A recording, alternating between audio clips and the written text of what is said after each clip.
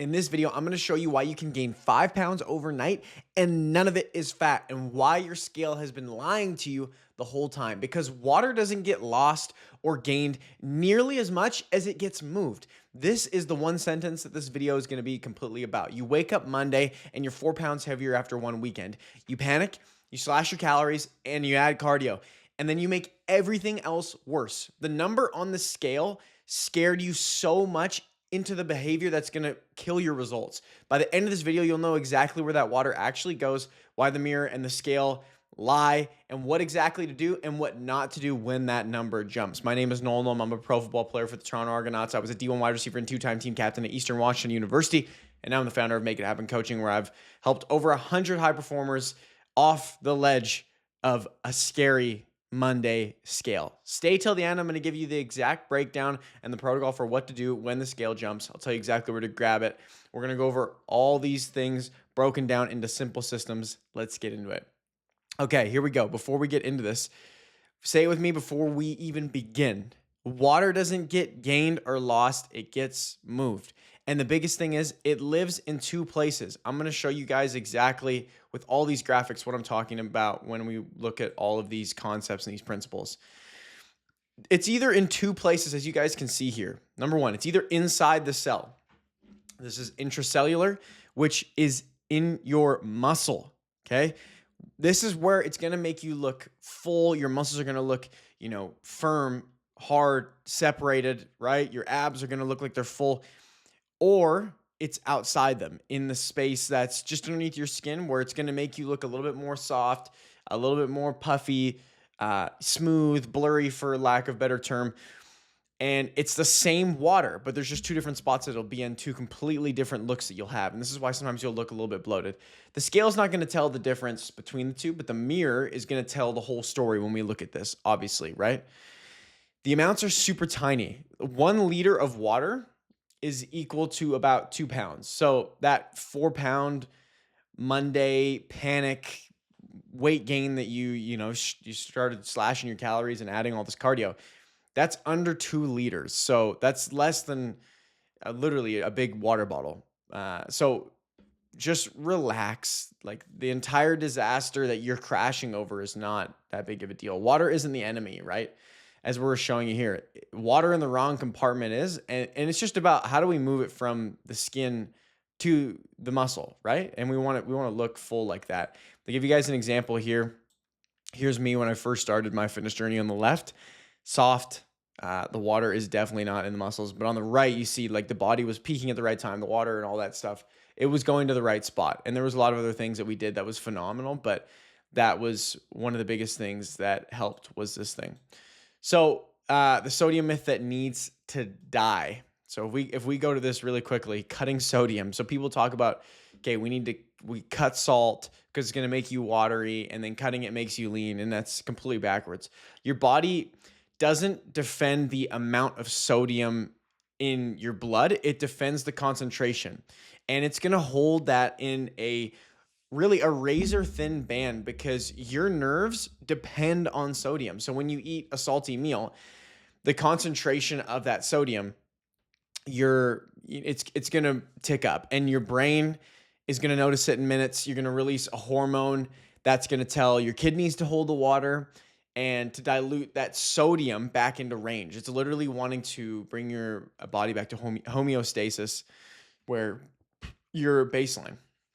So you didn't retain sodium, you retained the water to balance it. So hopefully that clicks in your brain going forward, what I'm saying. And you guys can always leave comments and I'll answer any questions that you guys have. The sodium's going to leave, over the next day or two as your body flushes this out with water. So look at how cutting sodium will backfire if we look at this, right? When you strip sodium for a week to, dry out, or whatever you would call it, your body is going to panic and it's going to release aldosterone. And this is a hormone that's going to make your kidneys hold on to every single sodium ion that they can find.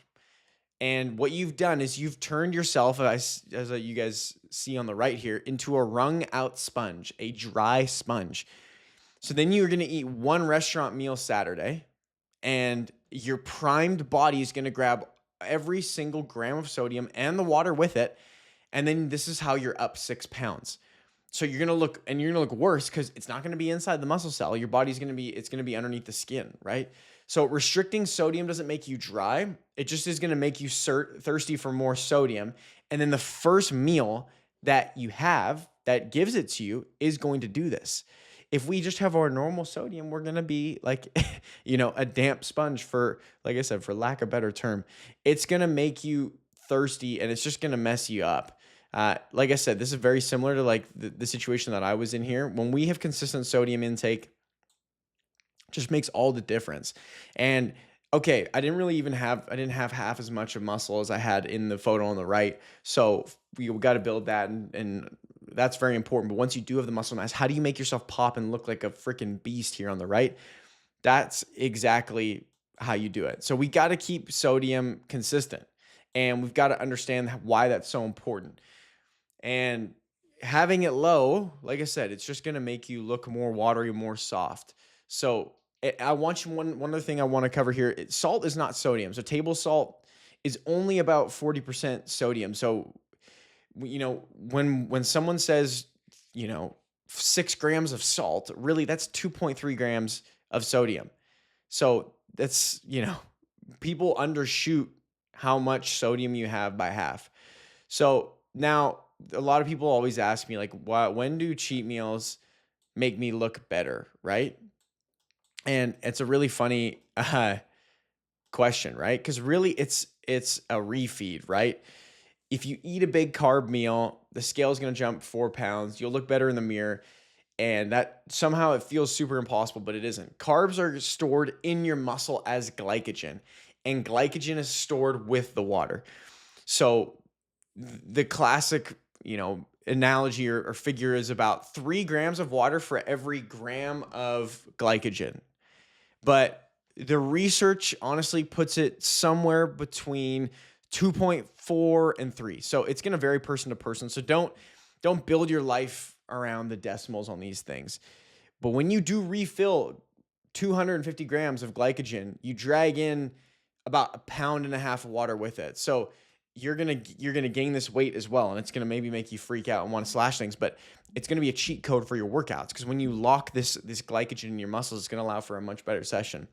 The part that matters is the water is what we call intracellular, so it's inside the muscle. So the muscle bellies are gonna fill out, just like here.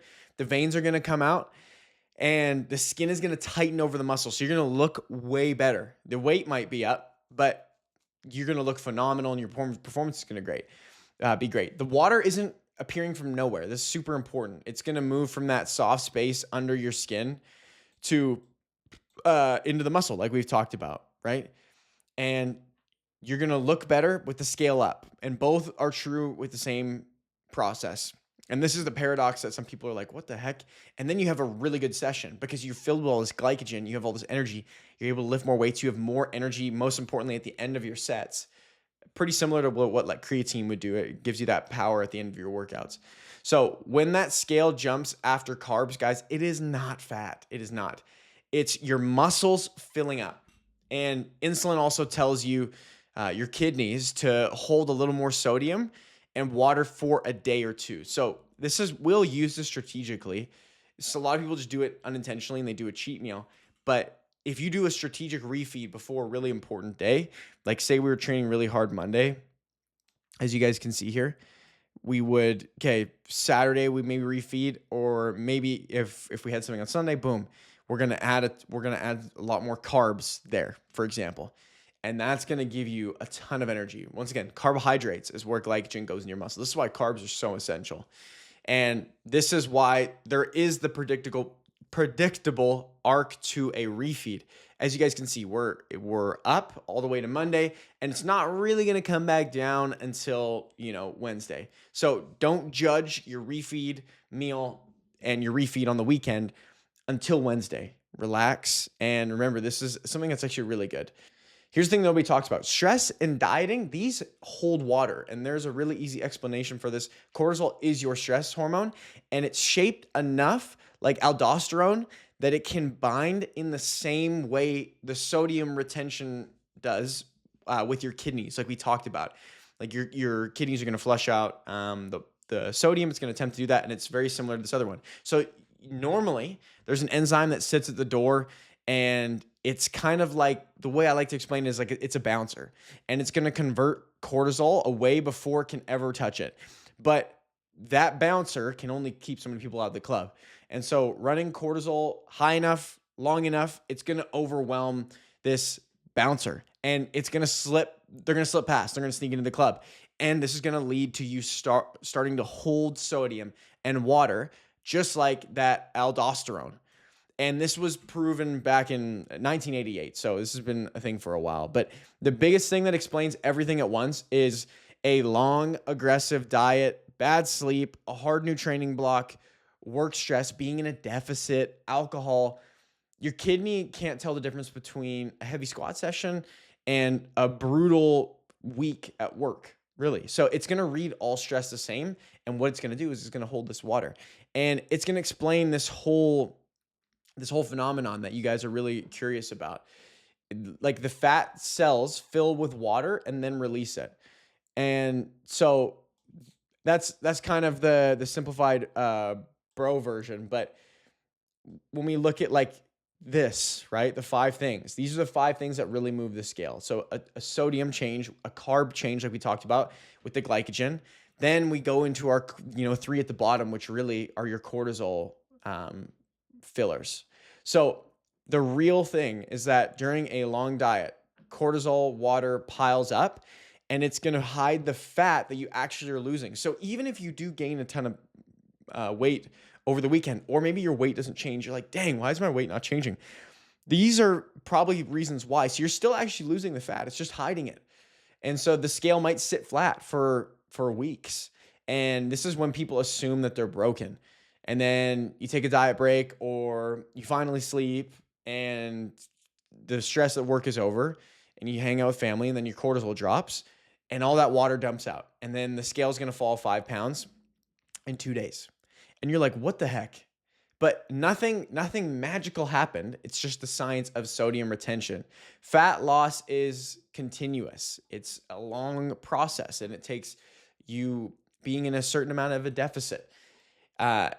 And it's not something that's going to show up just out of nowhere. So I hope this gives you guys, this is why we always are so adamant with everybody that we work with. And whenever you hear anyone online talking about this, it's the weekly average. Okay, let's be real about the math that's going to end your anxiety of this 4-pound gain on Monday, because a pound of fat is 3,500 calories. So to even gain 3 pounds of fat, you'd need to eat over 10,000 calories above maintenance in one weekend, and nobody's going to do that. You will vomit. You won't keep it down.